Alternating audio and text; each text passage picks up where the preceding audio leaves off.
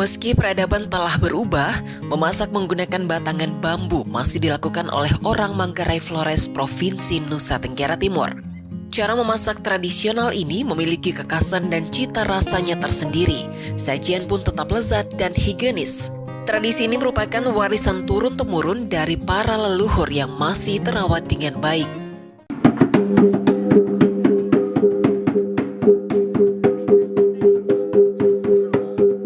Ada dua jenis masakan, yakni nasi pakai bambu atau yang biasa disebut kolo, sedangkan memasak daging pakai bambu dinamakan tibu.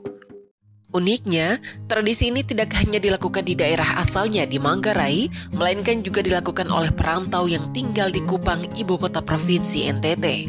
Itulah yang dilakukan oleh Ikatan Keluarga Pocoranaka Timur di Kupang, menyongsong syukuran akhir tahun 2021 dan menyambut tahun 2022.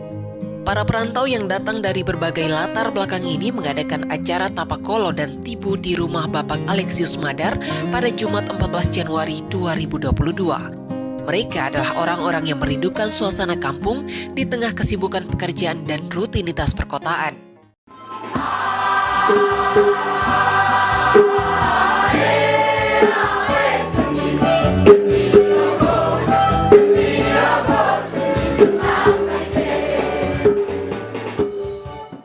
Lalu, seperti apakah tahapan memasak makanan pakai bambu dengan hasil lezat serta aroma yang khas? Mari kita simak ulasan berikut ini.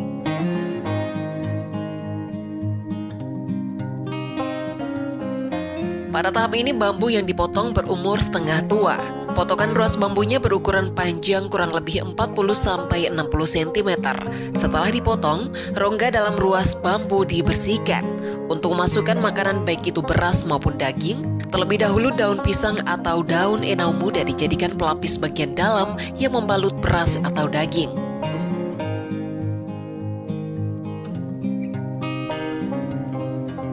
Selain menyiapkan api untuk memanggang nasi dan daging, racikan bumbu adalah kunci kekhasan rasa dan aroma. Bumbu biasanya diracik untuk daging, dan daging babi yang sudah dicuci kemudian dipolesi dengan berbagai aneka bumbu, baik itu bawang merah, bawang putih, kunyit, bombay, marica, cabai, jeruk nipis, dan garam. Bumbu ini diaduk rata dengan daging lalu dimasukkan ke dalam bambu yang siap dipanggang. Jangan lupa untuk tutup di bagian mulut bambu dengan daun pisang atau enau. Sementara untuk nasi, campurnya biasa dilakukan dengan santan kelapa, lalu dimasukkan dengan daun pewangi seperti daun pandan.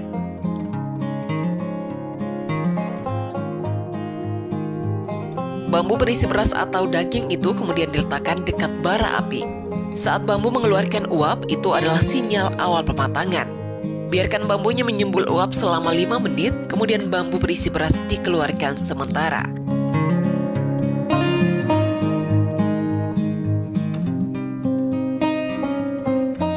Setelah dikeluarkan, proses selanjutnya bambu itu ditumbuk agar airnya keluar dan bagian dalam menjadi longgar.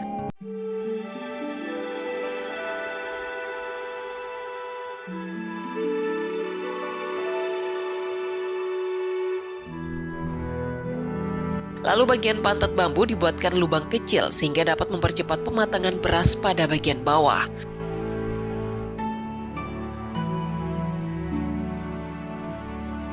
Selanjutnya, bambu itu kembali dimasukkan ke dalam tempat panggang dengan posisi pantat bambu menghadap ke api. Jika sudah dipastikan matang, nasi bambu siap dibelah untuk dimakan.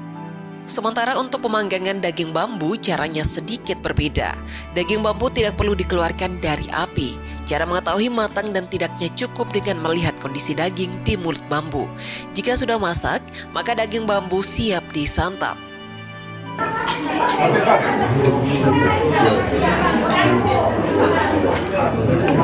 Sempurna, luar biasa, lembut. Dalam konteks acara adat, baik kolo maupun tibu tidak boleh dimakan dulu sebelum ritual memberi makan leluhur atau yang biasa disebut teing hang. Ya, sanggen murah aku ceki salemai, murah aku ceki no ceki, aku naga tanah naga baru, itu kita wa togora mion medeo karena mana nanti bagaimana karena guru syukur tahu ngata poli ini. Kedua kaji ngaji dene orang yang tahu baru. Ritual ini dilakukan sehari sebelum acara inti, yakni acara syukuran akhir tahun. Tujuan ritual Teng Hang adalah meminta restu leluhur sekaligus memohon doa agar acara puncak berjalan tanpa hambatan. Saat acara Teng Hang itu, komunikasi dengan leluhur hanya dilakukan oleh imam adat yang sudah terbiasa menggunakan bahasa metafora dalam bahasa Manggarai. Dengan Ma Petrus Obar nang itu kole ite Madarius Tuke ite ne Anamijung.